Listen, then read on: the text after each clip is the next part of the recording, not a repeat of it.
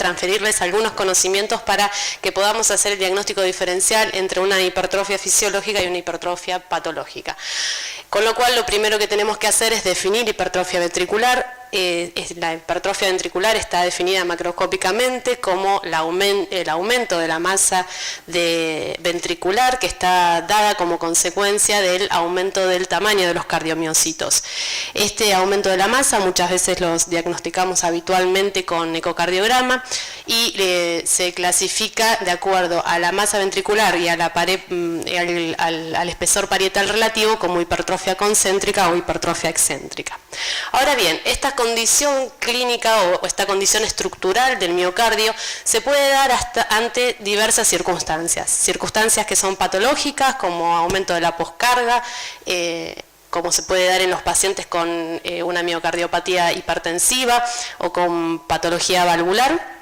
Y también se puede dar en el contexto de una miocardiopatía primaria del corazón, como es el caso de la miocardiopatía hipertrófica.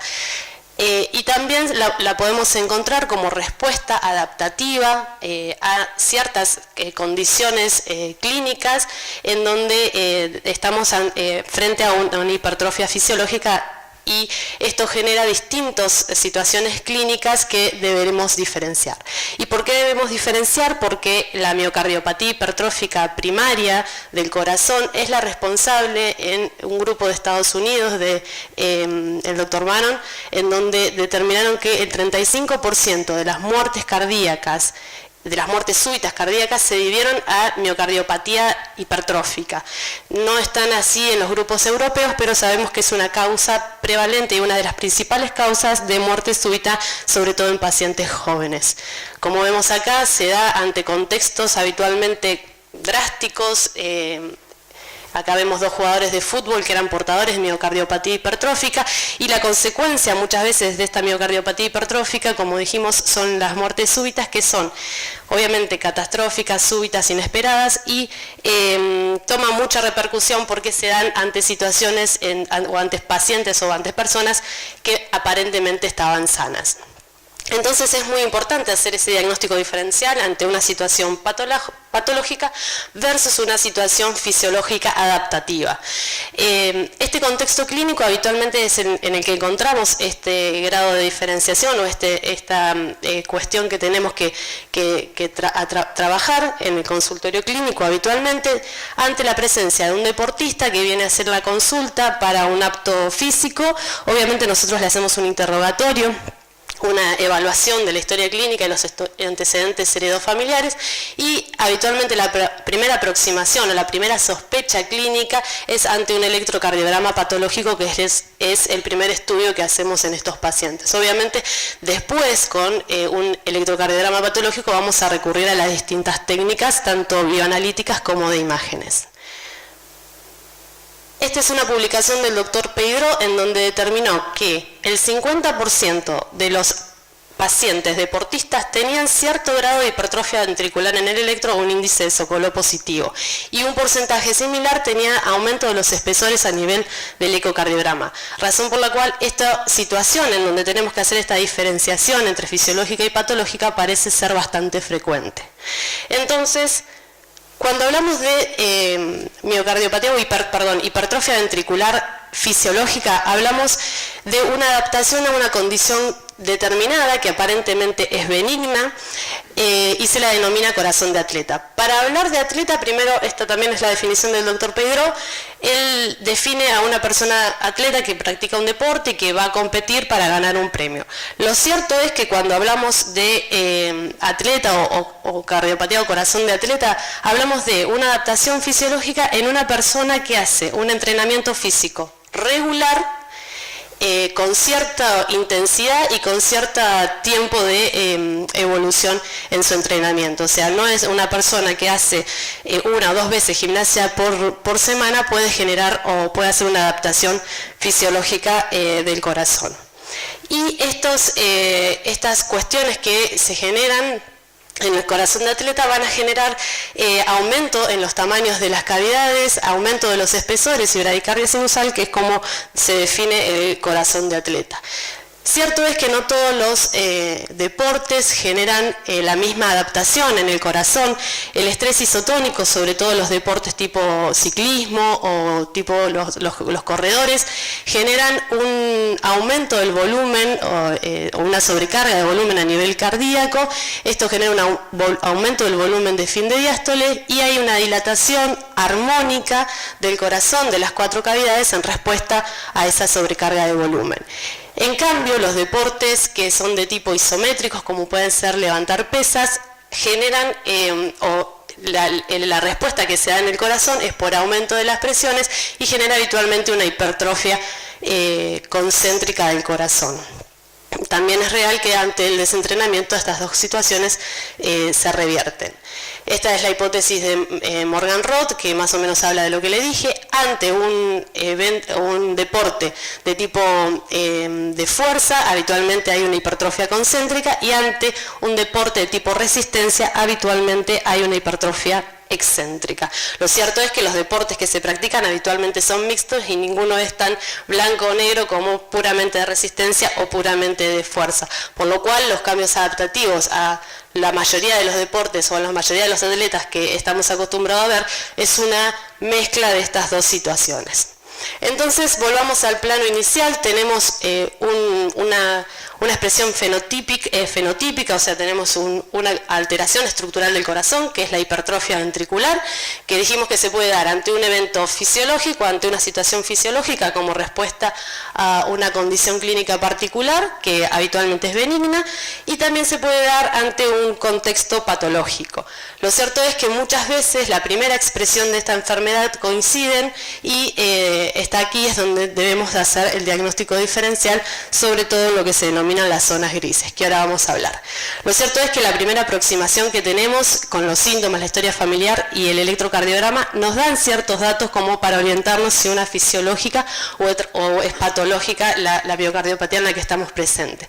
La fisiológica habitualmente no tiene síntomas, los pacientes no tienen antecedentes heredofamiliares de muerte súbita, y los electros pueden ser patológicos, pero no en el grado que los denominan las guías como bizarros. Habitualmente tenemos T negativas hasta B4, no hay ondas Q patológicas y hay elevación del punto J, que eso define como un cambio normal del electrocardiograma del deportista y no nos orienta a algo patológico. En cambio, ante la presencia de cualquiera de estos, obviamente la balanza se va a inclinar ante una hipertrofia patológica.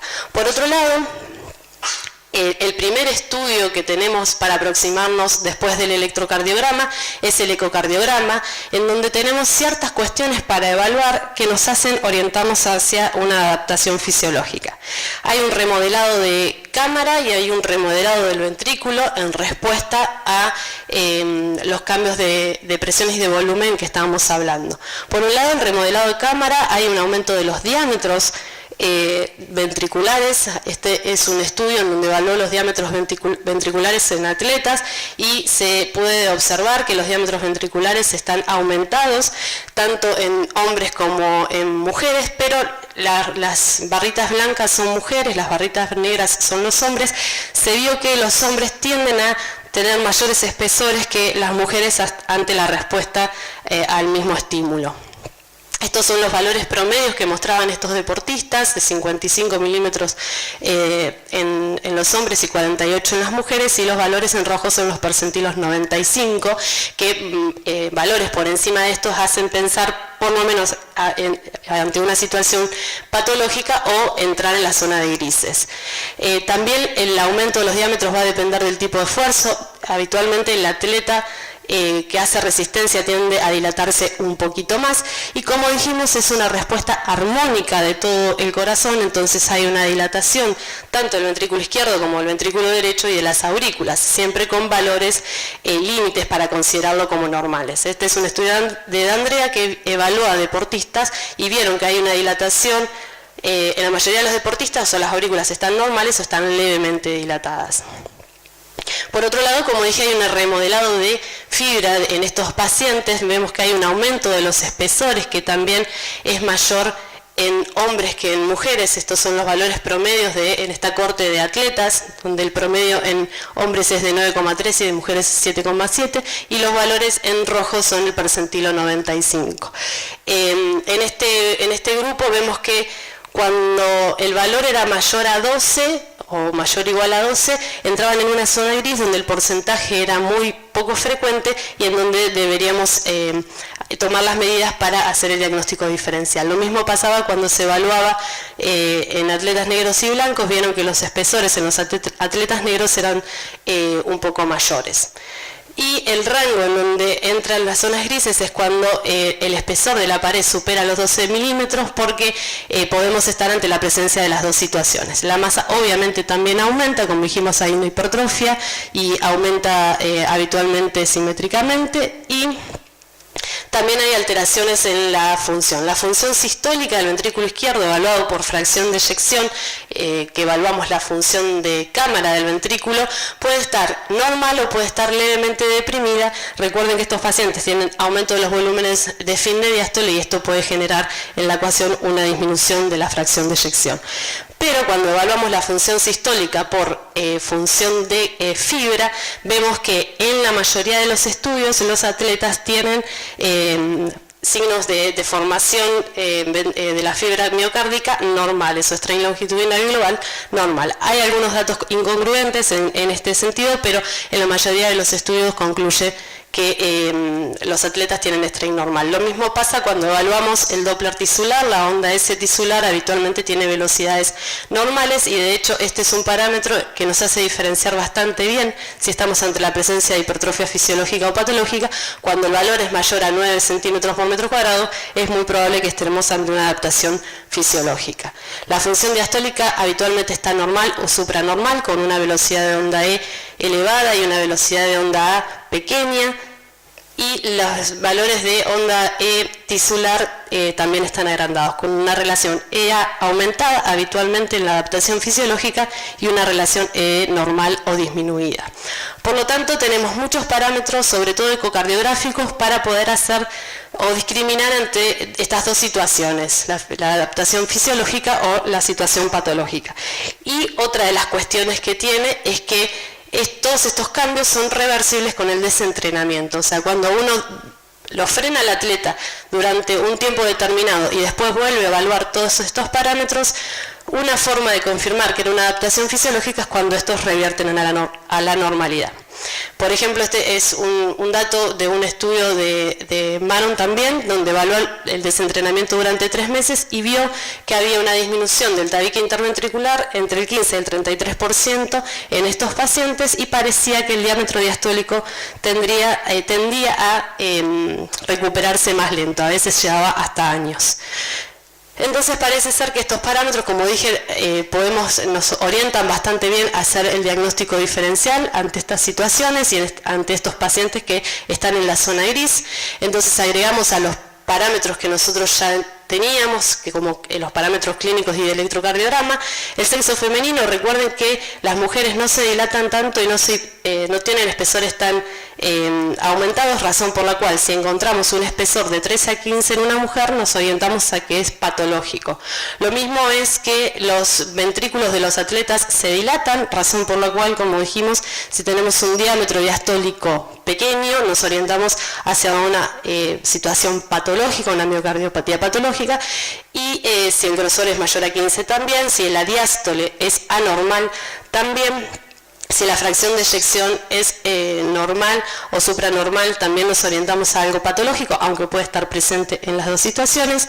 Si hay una dilatación exclusiva de la aurícula izquierda y no es armónica con el resto del corazón, también nos orientamos a algo patológico. Y cuando evaluamos la función de fibra en los pacientes con patología miocárdica estructural, vamos a tener también alterada la función de fibra. Y esto es importante, la adaptación fisiológica revierte con el desentrenamiento y la patológica no. Pareciera ser fácil entonces distinguir entre una situación y otra. Bueno, no lo es, y para completarla hay datos clínicos o estudios clínicos que demuestran ciertas cosas incongruentes con lo que acabo de decir. Este es un estudio que evaluaron todos pacientes con miocardiopatía hipertrófica, La mitad eran atletas y la mitad eran sedentarios. Cuando evaluaron características estructurales, los pacientes atletas con miocardiopatía hipertrófica comparados con los sedentarios con miocardiopatía hipertrófica tenían menos volúmenes diastólicos, menos espesores y diástoles más normal. Con lo cual empieza a aparecer cierta confusión con todo lo que venía diciendo hasta ahora. Un dato importante es que muchos de estos pacientes tenían miocardiopatía de tipo apical. Otro dato de importancia también que vemos, ahí está, en este estudio evaluó 155 atletas con electrocardiograma patológico. Estos atletas fueron sometidos a ecocardiograma. Cuando se los sometió a ecocardiograma, el 24% pudo hacerse diagnóstico de una miocardiopatía y el resto fueron evaluados por cardioresonancia y aumenta el rédito diagnóstico con la cardioresonancia a un 40% de situaciones patológicas, con lo cual duplicamos la posibilidad de hacer un diagnóstico preciso de alguna miocardiopatía específica cuando lo sometemos a los dos estudios. Entonces, rápidamente darle unos datos de lo que es el rol de la cardioresonancia, que parecería venir a ayudarnos un poquito más en este caso. Como dijeron hace un ratito los doctores, la resonancia tiene mejor resolución espacial que el ecocardiograma, no tenemos malas ventanas, hay zonas en donde el ecocardiograma tiene dificultad para ver, como dijo el doctor Pérez de Arenaza, la región apical, la región lateral, la región anterolateral, posterior-inferior.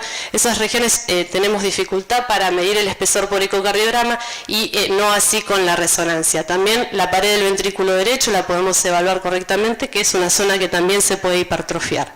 Por otro lado, tenemos una excelente definición entre borde endocárdico y epicárdico, que a veces no hace lo suyo el ecocardiograma. Y por otro lado, hay ciertas alteraciones estructurales en el músculo cardíaco que pueden ser la precuela de la hipertrofia en pacientes con genotipo positivo y que también nos puede ayudar en estos grises, como puede ser la presencia de criptas miocárdicas, que son estas pequeñas invaginaciones a nivel del miocardio, que se ven ahí, o las alteraciones propiamente dichas de la valva mitral, como puede ser la elongación de la valva mitral, que también se pueden dar ante pacientes con genotipo positivo y fenotipo normal. Por otro lado, tenemos la caracterización tisular con el realce tardío gadolinio, que también ya han nombrado. Se sabe que los pacientes con miocardiopatía patológica tienen realce tardío en un porcentaje alto de los casos, sobre todo en las zonas de inserción y en las zonas de máxima hipertrofia ventricular. Y estas zonas de fibrosis se dan de características intramiocárdicas, parcheadas, y podría ser una forma de diferenciar. Si bien también se vio que en deportistas hay zonas de hipertrofia en algunos estudios, las zonas de hipertrofias que se ven en el corazón de atletas son mucho más pequeñas y habitualmente también en las zonas de inserción. Otra forma de caracterizar tisularmente el tejido es con el T1 mapping y el T2 mapping, que evalúa, como dijo el doctor, la presencia de fibrosis difusa, permite evaluar zonas de fibrosis más pequeñas, y otro de los parámetros que podemos evaluar es se evalúa lo que es el volumen extracelular, y parecería ser que en los pacientes que tienen miocardiopatía hipertrófica patológica, este volumen extracelular es mayor, razón por la cual tiene una sensibilidad y una especificidad importante. Pero bueno, todavía faltan estudios para que esta prueba de diagnóstico, esta prueba de imagen, pueda ser categórica y pueda ayudarnos en este caso. Con lo cual ya hablamos de todas estas cuestiones. La resonancia agrega más datos para hacer el diagnóstico diferencial. No hay, en lo que son las adaptaciones fisiológicas, no hay alteraciones tempranas, no hay criptas, no hay elongación de la valva mitral, y sí pueden aparecer en las situaciones patológicas. Habitualmente la adaptación fisiológica no tiene fibrosis o son de pequeña extensión en comparación a la patológica, y el volumen extracelular en la adaptación fisiológica es normal. En cambio el volumen extracelular en la miocardiopatía hipertrófica patológica es anormal.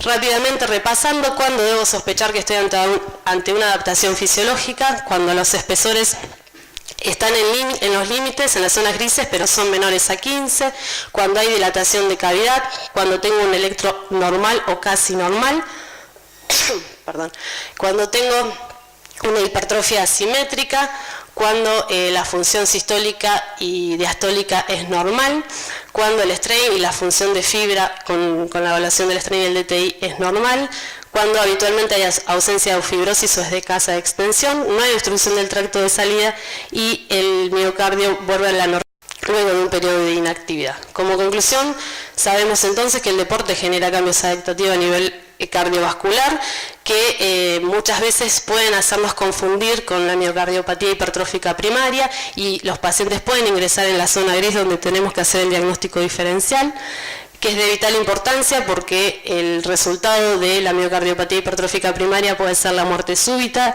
y acá recabe la importancia de hacer el diagnóstico diferencial, que una hipertrofia ventricular con dilatación de cavidades, función sistólica normal y función diastólica normal nos hace avanzar en una adaptación fisiológica. En cambio, cuando la hipertrofia ventricular se da en el contexto de una cavidad pequeña con FEI normal y función diastólica alterada, nos hace orientarnos más a una miocardiopatía hipertrófica, que la valoración de la función de fibra por nuevas técnicas ecocardiográficas y por resonancia van a tener un lugar para hacer esta distinción y que obviamente ninguno de estos estudios que estamos nombrando va a superar el contexto clínico del paciente y que hay que tenerlo en cuenta también para la diferenciación.